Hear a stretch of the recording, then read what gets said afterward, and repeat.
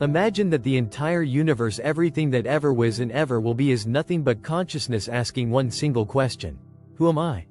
Now imagine that you are part of the answer. In today's word, we will delve together into a deep spiritual question. Is God aware of himself? Is this just philosophical speculation, or is there a way we can experience it for ourselves? I will show you what I have come to understand and experience on my spiritual journey. How through pain and love comes the knowledge that God does not observe himself from the outside, but lives within us and makes himself known through us. If you are interested in how ancient spiritual traditions and inner experience answer this question, stay with me. We are starting now. When I ask the question, is God self-aware? I am actually reaching for the very foundations of existence. The root of all that is the source of life, consciousness, love and death. And the more I delve into the depths of this question, the more I feel that the answer cannot be grasped by reason.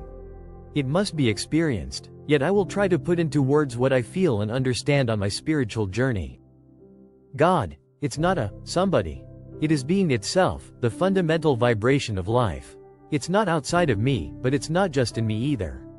It's behind my every breath, thought and feeling. And though I cannot see him with my eyes, it is he who is looking through me. So when I ask if God is aware of himself, I must first realize who is asking. Who is the one asking the question? Who is observing the observer? Many times in my inner work I have come across situations where my consciousness has begun to witness itself. When I was not only perceiving something, but also perceiving that I was perceiving. And when I went even deeper, beyond words, desires and efforts, silence appeared. A silence so full that it contained everything. And in that silence came the realization. There is no difference between the perceiver, what is perceived, and the act of perceiving itself. Everything is one, everything is God, and this, everything, is aware of itself. When we look into spiritual traditions, we find similar testimonies. In Hinduism this principle is expressed, for example, in the phrase from the Upanishads, Tat Devam Asi, you are that. This is saying that the divine, the absolute, is also within us. We are not separate. Therefore, when I am conscious of myself, it is also God who is conscious of himself through me. In Christianity, Jesus says, I and the Father are one. John chapter 10 verse 30. He does not say this out of pride, but as a testimony to his unity with God. And it is through such unity that true self-awareness comes, not as a separate being, but as a part of the whole, realizing that the whole is the only reality. In my life, this question keeps coming back, especially when things are going well, or conversely, when the downs come. It is easy to say, God is omniscient, but to feel in my heart that every thought, every movement of my soul is part of his self-awareness, that is something else. It carries with it a deep responsibility. It means that with every action I take I am co-creating God's image of myself. I once had a dream in which I was at the very bottom. Darkness, loneliness, silence. And in the silence, there was something like, I am the one who seeks you through you alone. That's when I realized that all my seeking of God was actually God's desire to know himself through me. And that is the key for me. God realizes himself not statically, but dynamically through us, through all that is created. The Quran says, and we are closer to man than his jugular. Surah 50-16. This is not a picture of a distant God who watches us as an external witness, but of a God who lives in us, feels through us, and perhaps even suffers and rejoices through us.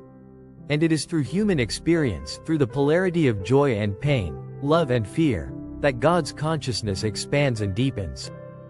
Sometimes I feel that God is not aware of himself as a finished product, but that he is going through a process of self-awareness. Not in time as we know it, but in a kind of eternal now where each of us is a cell of this cosmic self-knowledge. We are not separate from his consciousness, we are his nerve endings, his sense organs, his feedback.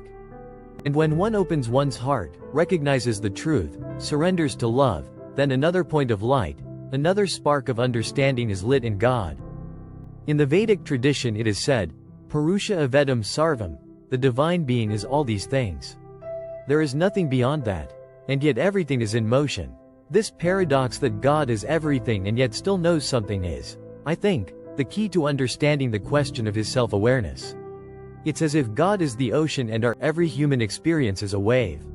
The ocean's consciousness flows through each wave, but in each wave it recognizes itself a little differently. Interestingly, modern physics perceives reality in a similar way. Quantum mechanics shows that the observer affects the observed. That consciousness has creative power. So if there is a unified field of consciousness from which everything emanates, then our every observation, every decision and emotion, is an act of divine self-knowledge. But there is another plane that often strikes me deeply, the plane of love. When I love purely, unconditionally, without entitlement, then it is as if the divine essence itself flows through me. And then I feel that God is aware of himself precisely through this love. Not through logic, calculations or abstract ideals, but through the pulsating, living force that is the basis of everything. God is love, and he who abides in love abides in God, and God in him. 1 John chapter 4 verse 16. This is not just a beautiful quote, but a practical key. The more I learn to love my loved ones, strangers, my shadows, my mistakes, the more I become an instrument of divine self-awareness. And in doing so, I also begin to see myself as part of a whole that has never been separate. In one of my inner visions, I saw that there are two kinds of consciousness. The first is self-consciousness, which separates, evaluates, compares, wants. And the second is I am consciousness, pure being without attributes.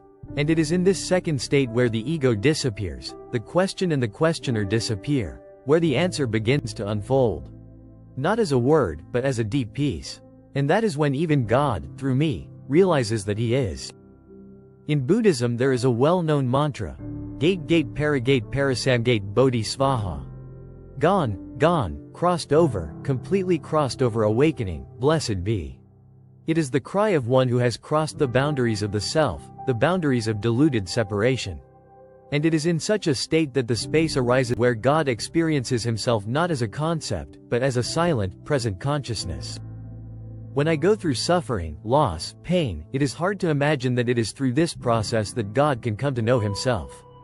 But once I accept the pain, embrace it and stop fighting it, it changes. And through that acceptance, my own consciousness grows, and thus, presumably, God's consciousness expands. And so today I believe that God is aware of himself. But not as some ultimate, personal self. He is aware of himself through the endless movement of life, through the variety of experiences, through our love and our mistakes. It is an eternal becoming. And there is a spark in each of us that contributes to that becoming. Our pain, our joy, our love, our despair, these are all notes on the harp of God's self-awareness. And as I tune that harp within myself, in prayer, in silence, in humility, I feel every thought resonate to the center of the universe. And there, in the center, sits silence.